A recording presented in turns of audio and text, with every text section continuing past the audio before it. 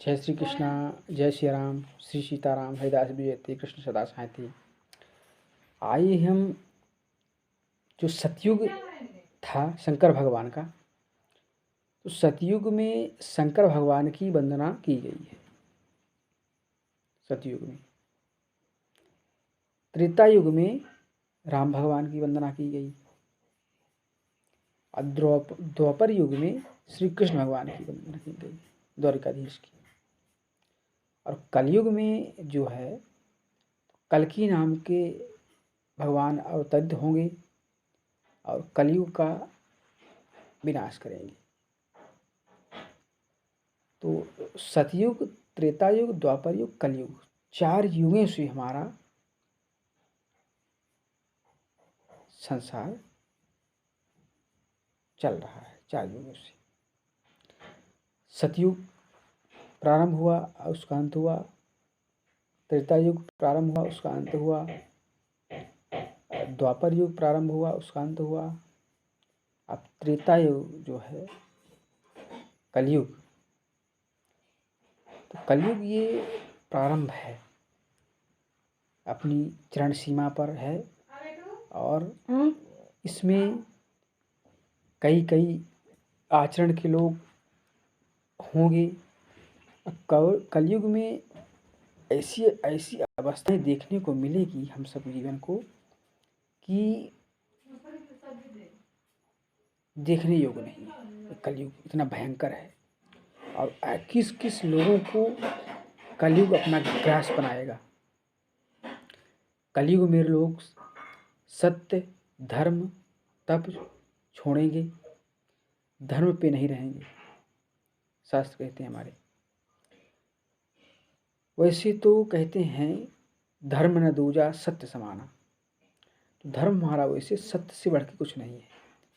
पर कलयुग इतना उनके जीवन को ग्रसित करेगा कि लोगों की बुद्धि नष्ट होने लगेगी। अब इससे बचने का उपाय क्या है? हरि नाम। हरि नाम, राम नाम का जो नाम है, कलयुग से बचने का एक साधन है। तो कलयुग से बचना है तो हमें राम कृष्ण का नाम की महिमा जाप करना चाहिए, क्योंकि कलयुग इतना भयानक आने वाला है कि लोग किस माध्यम से बच पाएंगे कि राम नाम की महिमा से, गुणगान से। तो हमें सब को बचना चाहिए कलयुग से और राम नाम का स्मरण करना चाहिए और राम नाम की माला का जाप करना चाहिए। तो कहा गया है इसमें, सतयुग में, त्रेता युग में राम भगवान जो थे, ये कहीं उन्होंने कहा है कि रामचंद्र, जो तुलसीदास जी कहते हैं कि रामचंद्र जो थे बड़े आदर्श मान थे और मर्यादा पुरुषोत्तम थे, मर्यादाओं पे रहते थे श्री राम। पर आज के कलयुग में मर्यादाओं को लोग लांघ गए हैं। अपने ज़रूरतों के लिए मर्यादाओं को लांघना उसका उनका पेशा हो चुका है। जहाँ लोभ, मोह, धन प्राप्त हुआ उन्हें, तो धर्म को छोड़ने में उन्हें कोई संकोच नहीं लगता है, एक क्षण में छोड़ देते हैं। पर धर्म जो है, तो धर्म हमारा अनमोल है। देखिए, मर्यादाएं, उन मर्यादाओं को लांघना नहीं चाहिए हमें, धन के लिए या लोभ के लिए या मोह के लिए। तो इनसे मोह लोभ को छोड़ना चाहिए हमें। इसीलिए कहा गया है कि जो रामचंद्र कहे गए सिया से, ऐसा कलयुग आएगा। रामचंद्र कह गए सिया से, ऐसा कलयुग आएगा। हंस चुनेगा दाना पानी और कौवा मोती खाएगा। सच्चाई भूखी सोएगी, झूठ महल बनाएगा और नेकी सिसकेगी कोने में। पाप सरेआम मुस्कुराएगा। ज्ञानी बैठा मौन रहेगा, मूर्ख शोर मचाएगा। धर्म खड़ा बाजार में बिकने के लिए, अधर्म सिंहासन पाएगा। अपने होंगे बेगाने, पराया अपना बन जाएगा। स्वार्थ की इस आंधी में प्रेम कहीं छिप जाएगा। सच्चाई भूखी सोएगी, झूठ महल बनाएगा। नेकी सिसकेगी कोने में, पाप सरेआम मुस्कुराएगा। कलयुग की ये बात सत्य है और ऐसा ही प्रभाव मनुष्य के जीवन पे हो रहा है। कलयुग ग्रसित करके रखा है और कलयुग से बचने के लिए भगवान कीर्तन श्रवण करना, कथाओं को सुनना और भगवत चरणों की रसिक हो जाना, ये हमें कलयुग से बचा सकता है। क्योंकि अगर भगवान का नाम जाप कीर्तन और वंदना अर्चना भक्ति आराधना नहीं की जाएगी तो लोगों के जीवन पे कलयुग को आने में देर नहीं लगेगी। अब कलयुग क्या है? काल है हमारे जीवन का। तो कलयुग से बचना है। अब बचने का मार्ग है हरे कृष्णा कृष्ण कृष्णा हरे हरे, हरे राम राम राम हरे हरे। कृष्ण की वंदना, कृष्ण पूजा, जो कि ये कलयुग को प्रभावित करने से रोकता है। तो हमें कलयुग से बचना चाहिए। और कलयुग ऐसे कार्य कराता है कि जो कि हमारे जीवन के लिए हितकारी नहीं होगा। कलयुग के लक्षण क्या हैं? पर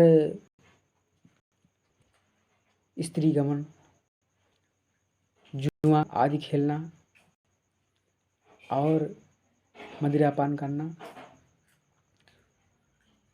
गलत तरीके का धन कमाना और वाणी पे संतुलन खो देना। अपने आचरण पर परिपक्व रहना चाहिए। हम सबको अपने संतुलन को खोना नहीं चाहिए, धर्म परायण होना चाहिए। हम लोग धर्म पे रह के ही कार्य करना चाहिए। अगर धर्म में रहेंगे, भगवान के शांति पे रह करके हम जीवन यापन करेंगे तो कलयुग प्रवेश नहीं कर सकता हमारे जीवन पे। क्योंकि कलयुग जो है तो भगवान के नाम गुण लीला से भागता है। तो इससे बचना चाहिए हमें सबको। कलयुग के प्रभाव से बचना चाहिए हमें। और बचने का मार्ग यही है हमारे जीवन में कृष्ण की कथाओं को सुनना और राम नाम का जाप। क्योंकि राम का नाम जो है आनंद सुखदाई है।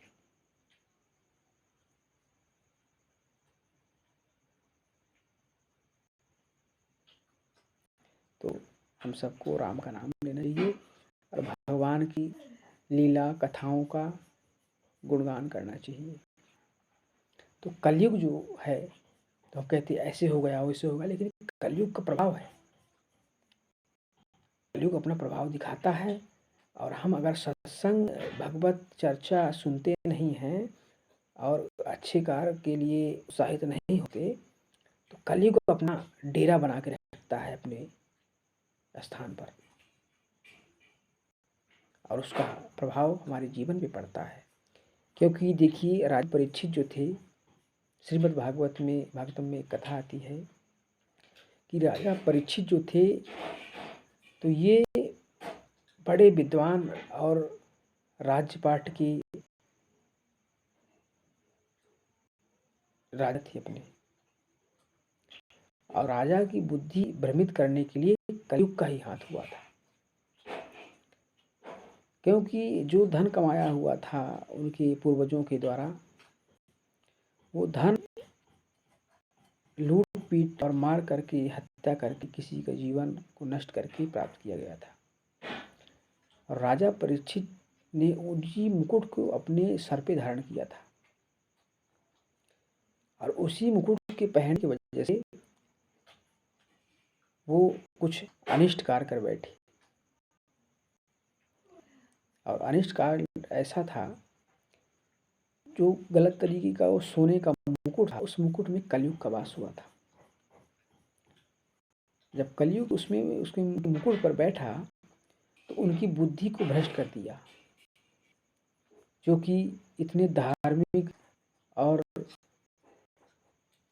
अच्छे आचरण के राजा एक अपने विचार पर संतुलन खो दिए, एक समीक ऋषि के गले में सर्प डाल दिए, और ये कलयुग का काम है करने के लिए। उनकी बुद्धि नष्ट हो गई। इसलिए समीक ऋषि के पुत्र जो थे उन्हें श्राप दे दिए थे, क्योंकि समीक ऋषि के गले में सर्प उन्होंने डाला था। अब ये कलयुग उनसे ऐसे कार्य करवा रहा था। जब राजा परीक्षित को बाद में ध्यान आया कि हमने एक क्या कर दिया, तो बड़े दुखित हुए कि ऐसा कार्य हमें नहीं करना चाहिए थे, ये था, इस कारण हुआ ऐसा काम। तो उन्हें बताया गया कि आपको दंडे लगा हुआ है, इसलिए आप ऐसे कार्य किए हैं। इसीलिए हम सबको कलयुग जो है तो जीवन पे प्रवेश ना करने पाए, इसीलिए हमको भगवान के चरणों में लगे रहना चाहिए। हरे कृष्णा कृष्णा कृष्णा हरे हरे, हरे राम राम राम हरे।